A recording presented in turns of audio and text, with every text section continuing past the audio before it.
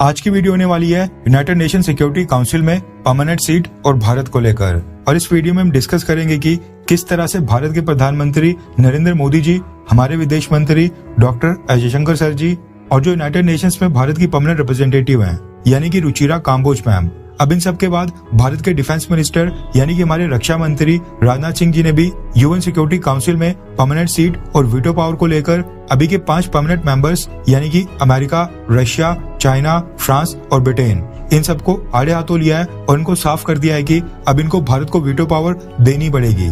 इसके साथ ही हम ये भी चर्चा करेंगे कि किस तरह से जो काम परमानेंट मेंबर होने के नाते इन 5 देशों को करने चाहिए, आज की डेट में वो सारी चीजें भारत कर रहा है, जबकि भारत के पास ना ही परमानेंट सीट है और ना ही वीटो पावर। ये सब डिस्कस करने से पहले अगर आपने हमारे चैनल इंडियन अफेयर्स को अभी तक सब्सक्राइब नहीं किया है तो प्लीज आगे बढ़ने से पहले सब्सक्राइब कर दें।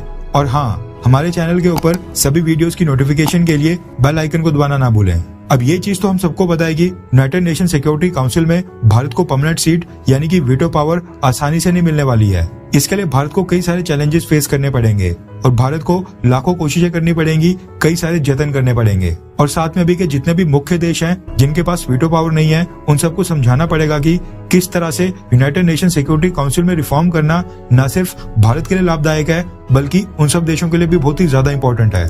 और न सिर्फ यूनाइटेड नेशन सिक्योरिटी काउंसिल बल्कि जो यूनाइटेड नेशंस के अलग अलग मंच हैं, अलग अलग संगठन हैं जैसे कि World Bank, IMF, World Trade Organization, इन सब के अंदर भी सुधार करना बहुत ही ज्यादा इंपॉर्टेंट हो गया है। क्योंकि अगर अभी के समय हम देखें तो इन सब संगठनों में वेस्टर्न देशों का काफी ज्यादा दबदबा है। जो भी इन संगठनों में फैसले लिए जाते हैं उनमें वेस्टर्न देशों की काफी भूमिका होती है और इनमें भी कुछ गिने चुने देश हैं जो इन सारे संगठनों को चलाते हैं और अपने देश के फायदे के लिए इन सब की पॉलिसीज को फ्रेम करते हैं। यहाँ पर जो भी फैसले लेते हैं वो इनके खुद के देश के फायदे के लिए होते हैं। अब मसला ये खड़ा हो गया कि भारत को ये चीज बाकी मुख्य देशों को भी समझानी है ताकि भारत के साथ साथ वो देश भी यूनाइटेड नेशन सिक्योरिटी काउंसिल से लेकर यूनाइटेड नेशंस के जितने भी अलग अलग मंच हैं वहाँ पर इन सब में रिफॉर्म्स और सुधार की भारत की तरह मांग करें।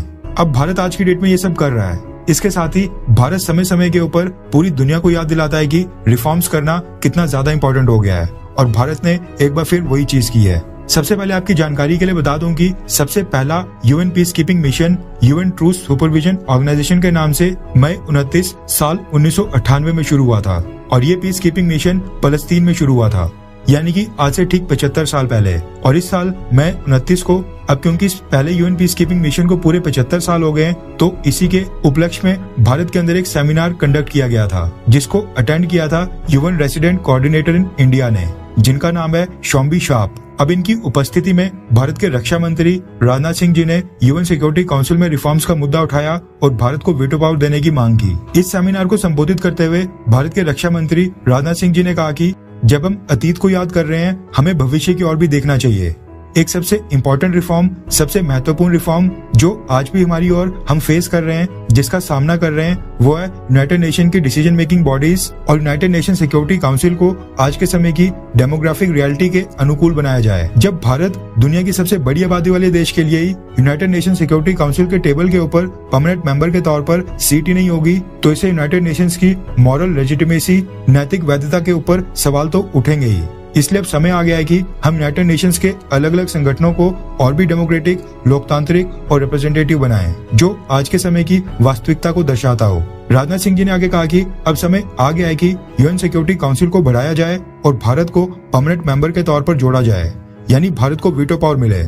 इसके साथ ही भारत के रक्षा मंत्री राजनाथ सिंह जी ने यूएन पीस कीपिंग मिशंस में भारत की तरफ से योगदान देने वाले सभी भारतीय लोगों का आभार व्यक्त किया। अब अगर भारत की कंट्रीब्यूशन को देखें, अगर भारत के योगदान को देखें तो आज तक भारत ने यूएन पीस कीपिंग फोर्सेज में 2,75,000 ट्रूप्स अपनी तरफ से भेज दिए हैं। और इस समय भी जब हम ये वीडियो रिकॉर्ड कर रहे हैं, भारत के 5,900 ट्रूप्स इस समय दुनिया के अलग अलग पीस कीपिंग मिशंस में वहाँ पर डिप्लॉयड हैं। इस समय दुनिया भर में 12 यूएन मिशंस चल रहे हैं जिनमें भारत की ट्रूप्स की संख्या बहुत ही ज्यादा है। और न सिर्फ यूएन पीस कीपिंग मिशंस, अगर भारत के योगदान को देखा जाए तो भारत ने पैंडेमिक के समय भी कई सारी छोटे छोटे देशों को काफी सारी वैक्सीन फ्री में बांटी थी। इसके साथ ही लाइफ सेविंग ड्रग्स और जो WHO का कोविड-19 का प्रोग्राम था उसके लिए भी कई सारी वैक्सीन डोनेट की थी। इसके अलावा जब भी दुनिया भर के अलग अलग हिस्से में अर्थक्वेक या फिर कोई प्राकृतिक आपदा आती है तो उस समय भी भारत सबसे पहले सपोर्ट करता है, सबसे पहले रिलीफ मटेरियल भेजता है। और जितने भी लो और मिडिल इनकम वाले देश हैं जितने भी अफ्रीकन कंट्रीज हैं और ग्लोबल साउथ के देश हैं,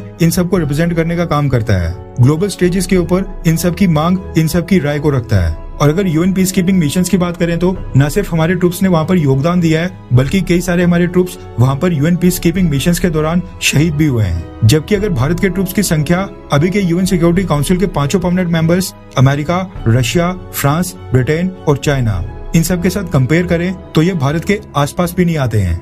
जबकि यूएन सिक्योरिटी काउंसिल का गठन ही इसलिए हुआ था ताकि विश्व भर में शांति व्यवस्था को स्थापित कर पाएं। और जो ये 5 परमानेंट मेंबर्स हैं, इनको सबसे ज्यादा अहम भूमिका दी गई थी। इनको वीटो पावर जैसा हथियार दिया गया था ताकि ये इसको यूज करके दुनिया भर में पीस और स्टेबिलिटी लाएं। लेकिन आज तक हुआ क्या कि इन सब देशों ने वीटो पावर को अपने पॉलिटिकल गेन्स के लिए इस्तेमाल किया, अलग अलग हिस्सों में दुनिया में कई सारे युद्ध को स्टार्ट किया। और इस समय भी दुनिया भर में जितने भी एंडलेस वॉर चल रहे हैं, इसमें भी अमेरिका और रशिया की पॉलिटिक्स चल रही है। जबकि कायदे से होना क्या चाहिए था कि ये जितने भी 5 परमानेंट मेंबर्स हैं यूएन पीस कीपिंग मिशंस में, इनका योगदान सबसे ज्यादा होना चाहिए था। लेकिन विडंबना ये है कि परमानेंट सीट के ऊपर तो ये बैठ गए, वीटो पावर तो इनको मिल गई, लेकिन इनका कंट्रीब्यूशन, इनका योगदान सबसे कम है। ये अपने ट्रूप्स को यूएन पीस कीपिंग मिशंस के लिए भेजते ही नहीं है, और अगर भेजते हैं तो ना के बराबर। अब जो पूरी दुनिया में शांति व्यवस्था को कायम करने की इनकी रिस्पॉन्सिबिलिटी बनती है, वो तो ये कर नहीं रहे हैं। रशिया आज भी यूक्रेन में युद्ध स्टार्ट कर चुका है, जबकि अमेरिका नाटो देशों के साथ मिलकर यूक्रेन को अभी भी हथियार सप्लाई कर रहा है। और कोई भी देश इस बीच रशिया और यूक्रेन के बीच पीस टॉक्स को प्रमोट करने की बात ही नहीं कर रहा है। जबकि अगर भारत के रोल को देखा जाए तो भारत ग्लोबल लीडर के रूप में उभर रहा है। न सिर्फ हम मुश्किल समय में लोगों की मदद कर रहे हैं, बाकी देशों की मदद कर रहे हैं, बल्कि इस समय भी जो रशिया और यूक्रेन के बीच पीस टॉक्स पूरी तरह से रुकी हुई हैं, उनको स्टार्ट करने की कोशिश करवा रहे हैं। ऐसे में अगर भारत अपने लिए वीटो पावर यानी यूएन सिक्योरिटी काउंसिल में परमानेंट सीट की डिमांड भी रखता है, तो ये डिमांड कोई गलत नहीं है।